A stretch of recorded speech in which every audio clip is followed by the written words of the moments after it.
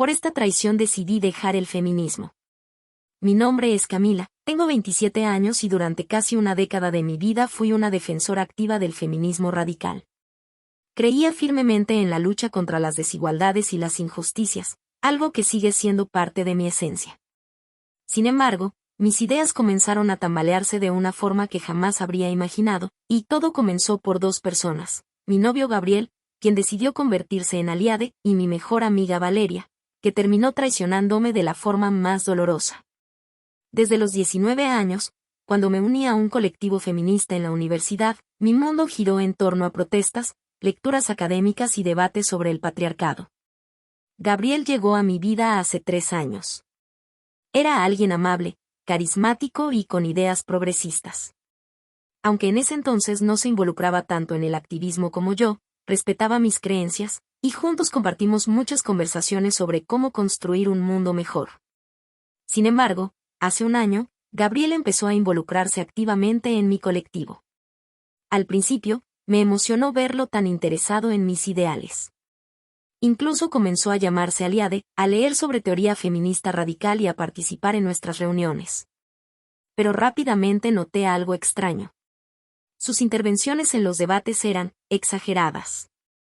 Parecía que trataba de demostrar que entendía más que nadie, incluso corrigiéndome o interrumpiéndome en reuniones para educarme sobre conceptos que ya manejaba desde hace años. Esto comenzó a irritarme, pero lo dejé pasar porque pensé que simplemente estaba entusiasmado. Mientras esto ocurría, mi mejor amiga Valeria también empezó a actuar diferente. Nos conocimos en la universidad y ella siempre había sido mi apoyo incondicional. Nos unimos por nuestra pasión compartida por el activismo, pero últimamente parecía distante. Comenzó a criticarme en público durante las reuniones del colectivo, acusándome de no ser lo suficientemente radical o de permitir que mi relación romántica con un hombre contaminara mis ideas.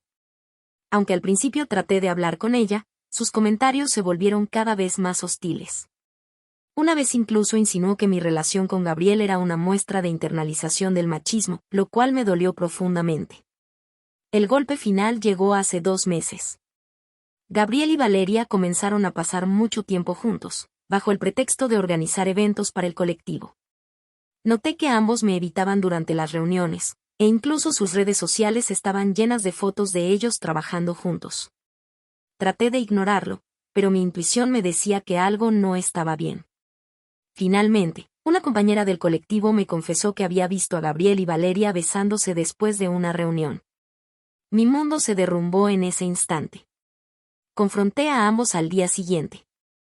Gabriel negó todo al principio, pero cuando mencioné que había testigos, no tuvo más remedio que admitirlo. Su justificación fue absurda. Dijo que Valeria lo entendía mejor porque compartían las mismas ideas radicales, y que nuestra relación lo había limitado como aliade. Valeria, por su parte, no mostró ni un atisbo de arrepentimiento. Según ella, yo era una hipócrita por estar con un hombre y que, al traicionarme, simplemente estaba liberándome de mis cadenas. En ese momento, algo dentro de mí hizo clic. Me di cuenta de que todo lo que había construido, todas las personas en las que confiaba, se habían distorsionado hasta volverse irreconocibles. Mi activismo, que en un principio nació del deseo de justicia, se había convertido en un campo de batalla lleno de ego, manipulación y rivalidades internas.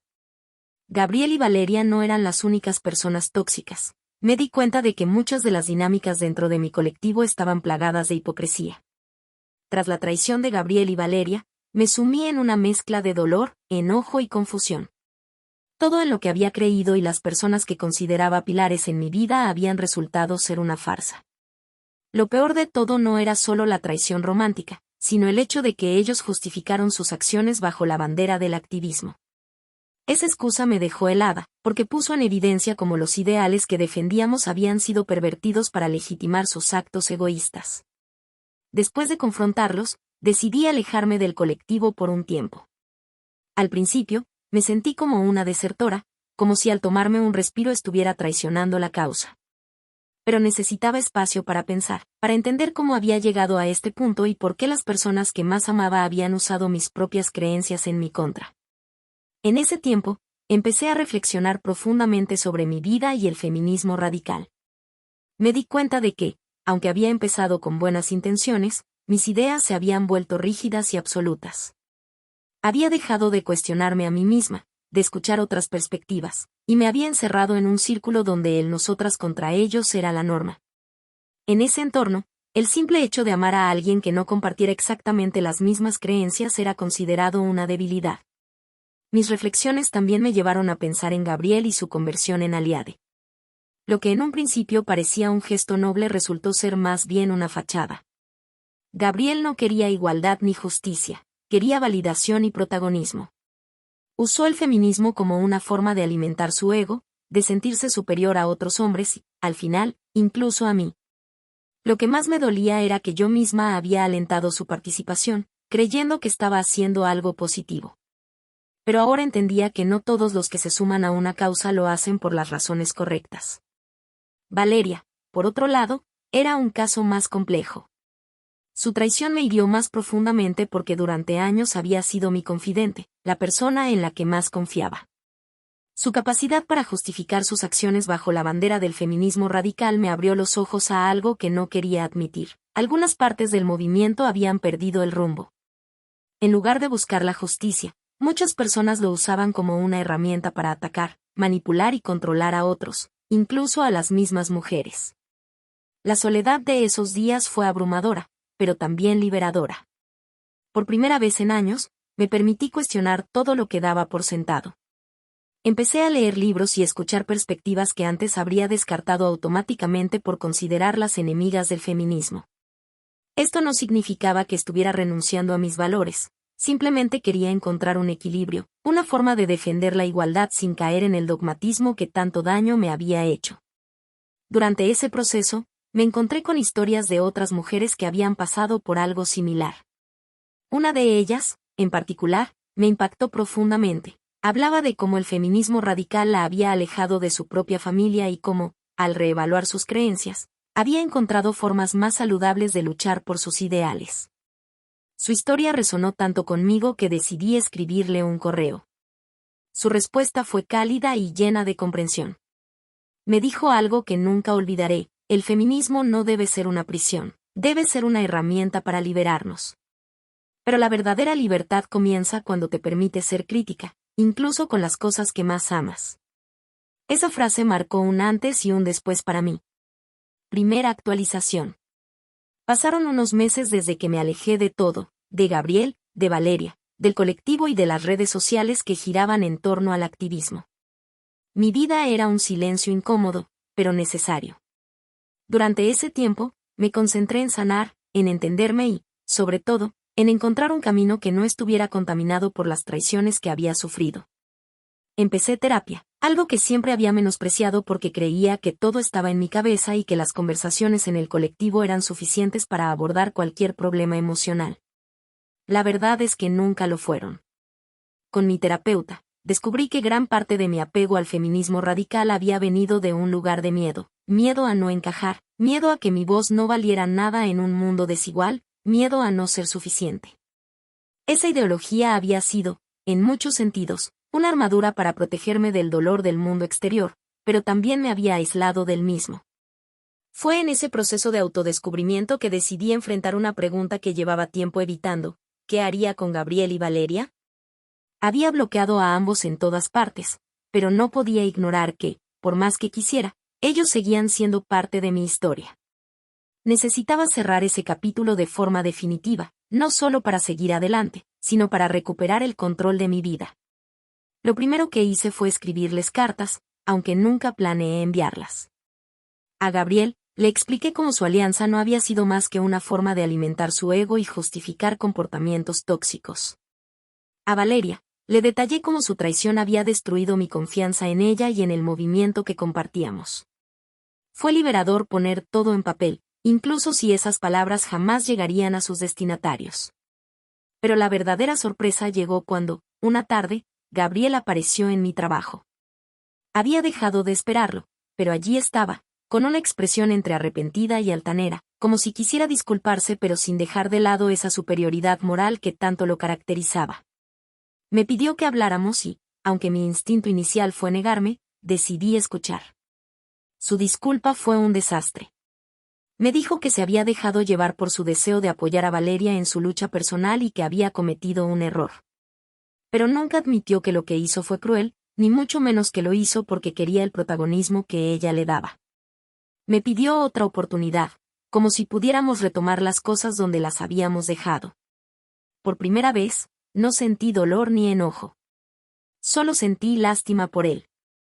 Le dije que no había nada que recuperar, que lo que él llamaba un error había sido una decisión consciente, y que yo ya no estaba interesada en ser parte de su vida. Su rostro se endureció, y volvió a la defensiva, acusándome de ser demasiado rígida y de no entender lo difícil que era ser un buen aliado. Esa conversación fue el cierre que necesitaba.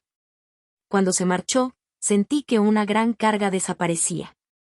Valeria, en cambio, seguía en silencio. Pero el destino tenía otros planes.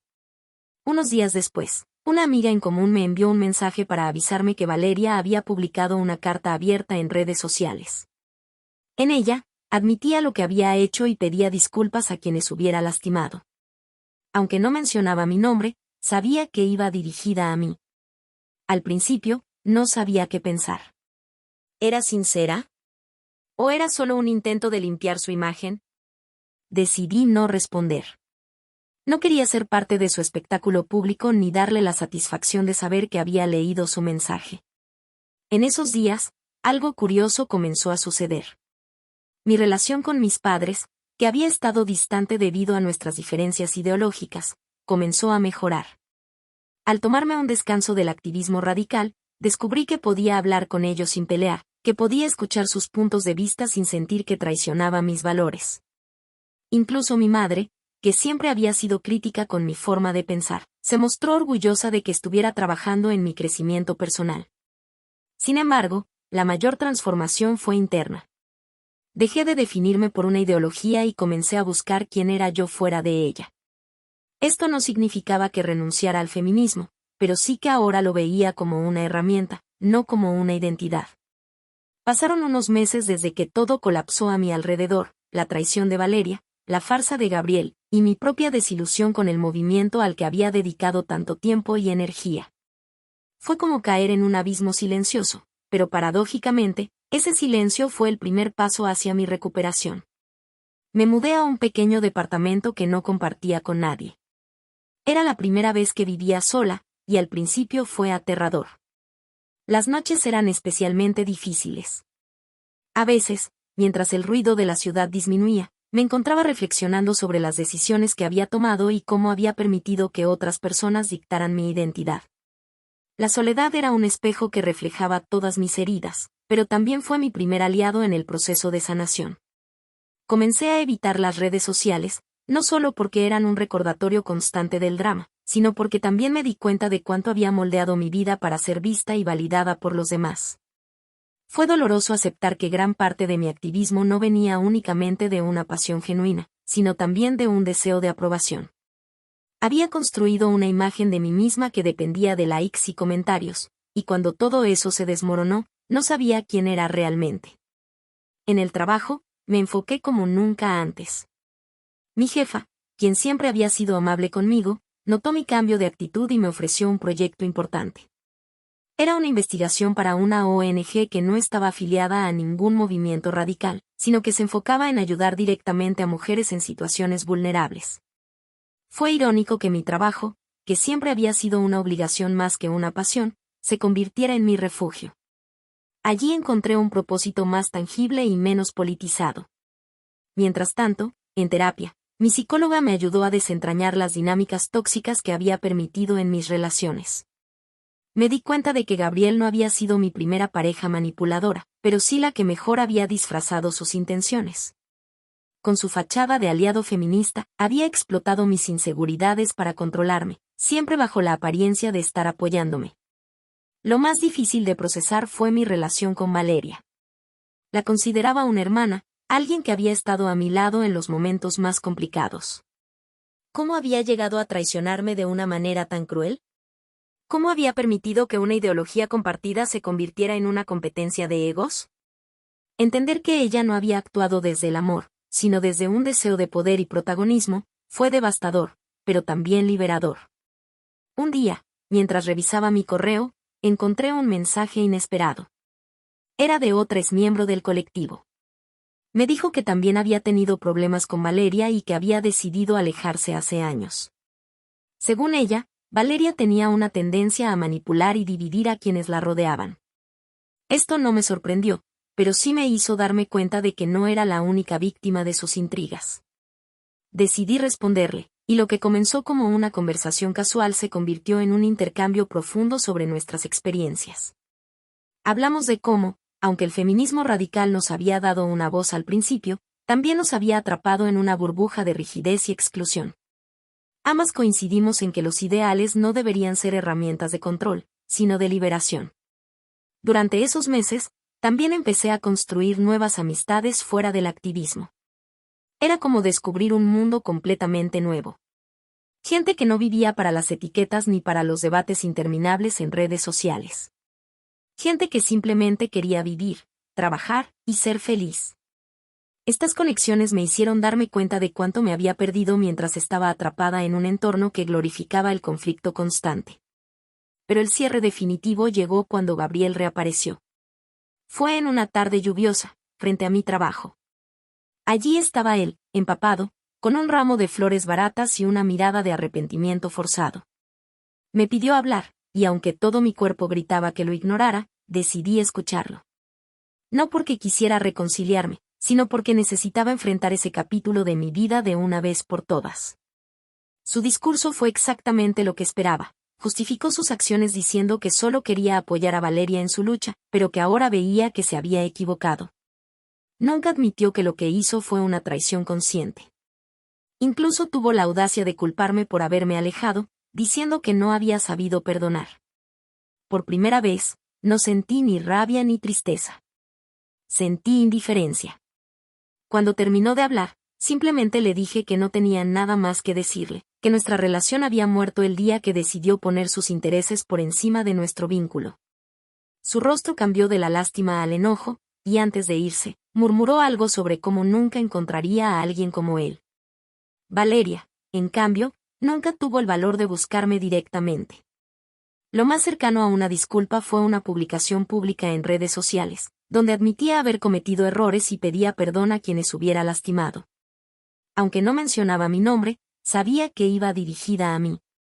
Pero no respondí. No quería ser parte de su teatro ni darle la satisfacción de saber que había leído su mensaje. En los meses siguientes, empecé a sentirme más libre. Mi relación con mis padres, que había sido tensa durante años debido a nuestras diferencias ideológicas, comenzó a mejorar. Descubrí que podía hablar con ellos sin la necesidad de imponer mi visión del mundo. Incluso mi madre, quien siempre había sido crítica con mi postura radical, me sorprendió al decirme que estaba orgullosa de que estuviera reconstruyendo mi vida. Lo más importante fue darme cuenta de que mi identidad no dependía de un movimiento, una relación o una amistad. Por primera vez en mucho tiempo, me sentí en paz conmigo misma. Segunda actualización. Han pasado 6 meses desde mi encuentro con Gabriel y desde que decidí dejar atrás mi antigua vida. Si bien el proceso de reconstrucción personal ha sido lento, cada día me siento más fuerte y más auténtica. Sin embargo, justo cuando pensaba que había dejado atrás el drama y la toxicidad, la vida me demostró que siempre hay más sorpresas en el horizonte. Todo comenzó cuando recibí un mensaje inesperado de una cuenta anónima en una red social que aún reviso de vez en cuando. El mensaje incluía capturas de pantalla de un chat grupal en el que Valeria y Gabriel hablaban de mí. Aparentemente, después de mi partida, Valeria había intentado desacreditarme en nuestro antiguo círculo, diciendo que yo no era una verdadera feminista y que había traicionado la causa. Gabriel, por su parte, no solo apoyaba sus comentarios, sino que también compartió detalles personales de nuestra relación para ridiculizarme frente al grupo. El contenido de esos mensajes me revolvió el estómago. Aunque no era la primera vez que Valeria intentaba manipular la narrativa a su favor, verlo tan explícito, con Gabriel sumándose al ataque, fue como revivir la traición. Pero lo que realmente me dejó en shock fue descubrir que varias de las personas que consideraba amigas habían participado en la conversación, riéndose y haciendo comentarios despectivos sobre mí. Por unos días, me sentí como si retrocediera a mi punto más bajo. La ansiedad volvió a apoderarse de mí, y los pensamientos negativos que creía superados empezaron a reaparecer. ¿Había sido todo mi esfuerzo por sanar en vano? ¿Por qué parecía que estas personas no podían simplemente dejarme en paz? Sin embargo, esta vez no iba a quedarme inmóvil. Tomé esas capturas de pantalla y las guardé. Mi instinto inicial fue confrontar a Valeria directamente, pero recordé que en el pasado, cualquier confrontación con ella terminaba en más drama y manipulación. Así que decidí tomar un enfoque más estratégico. Primero, contacté a algunas de las personas del colectivo que habían abandonado el grupo antes que yo. Una de ellas, María, me confesó que había tenido experiencias similares con Valeria y que había recibido mensajes difamatorios de su parte cuando dejó el movimiento. Juntas decidimos recopilar testimonios de otras exmiembros que también habían sido víctimas de las intrigas de Valeria.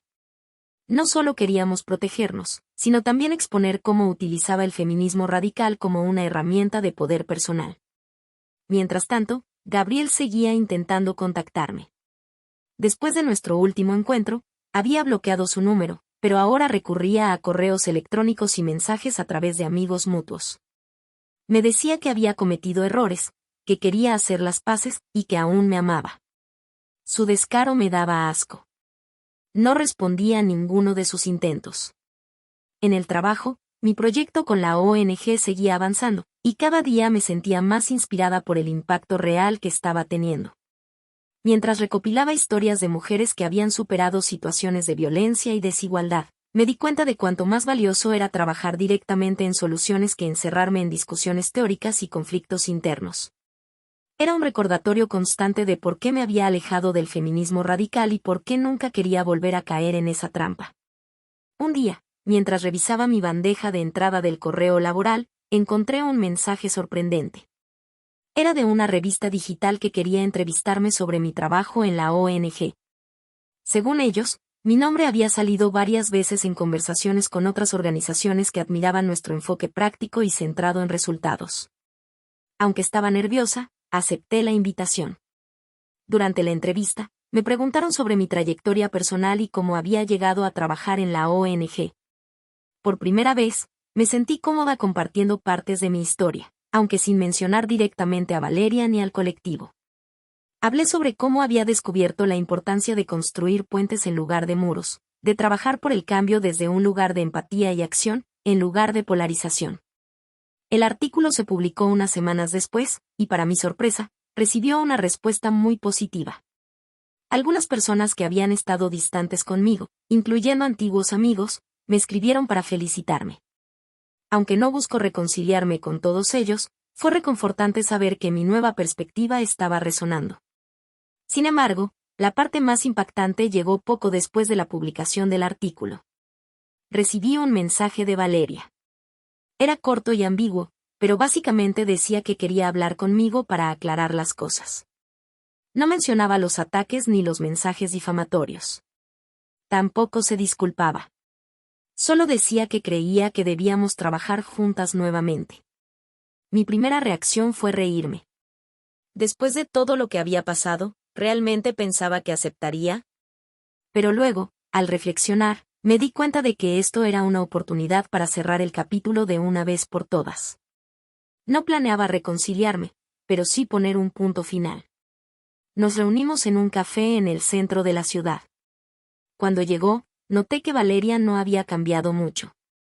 Seguía teniendo esa aura de superioridad que la caracterizaba, pero también parecía más nerviosa de lo que recordaba. Me habló de cómo había cometido errores, pero que ambas éramos responsables de lo que había pasado. Intentó enmarcar todo como un malentendido y sugirió que deberíamos unir fuerzas para revitalizar el movimiento. La escuché en silencio hasta que terminó. Luego, con toda la calma del mundo, le dije que ya no estaba interesada en nada relacionado con ella ni con su círculo. Le dejé claro que sabía de sus comentarios y acciones, y que no tenía ninguna intención de volver a ser parte de su juego. Por último, le advertí que si volvía a intentar difamarme o atacarme, no dudaría en tomar acciones legales. Su expresión cambió. Durante un momento, parecía a punto de explotar, pero logró controlarse. Se despidió rápidamente y salió del café sin mirar atrás. Esa fue la última vez que supe de Valeria. Ahora, meses después, estoy en un lugar completamente diferente. He encontrado un equilibrio entre mi vida personal y profesional. Sigo trabajando en la ONG, y recientemente me ofrecieron un ascenso. Más importante aún, he aprendido a rodearme de personas genuinas que me apoyan sin condiciones ni agendas ocultas. Lo que más me enorgullece es que he recuperado mi voz, pero esta vez, no está al servicio de ninguna ideología o grupo. Es mía, y eso es más valioso que cualquier cosa que haya perdido en el camino.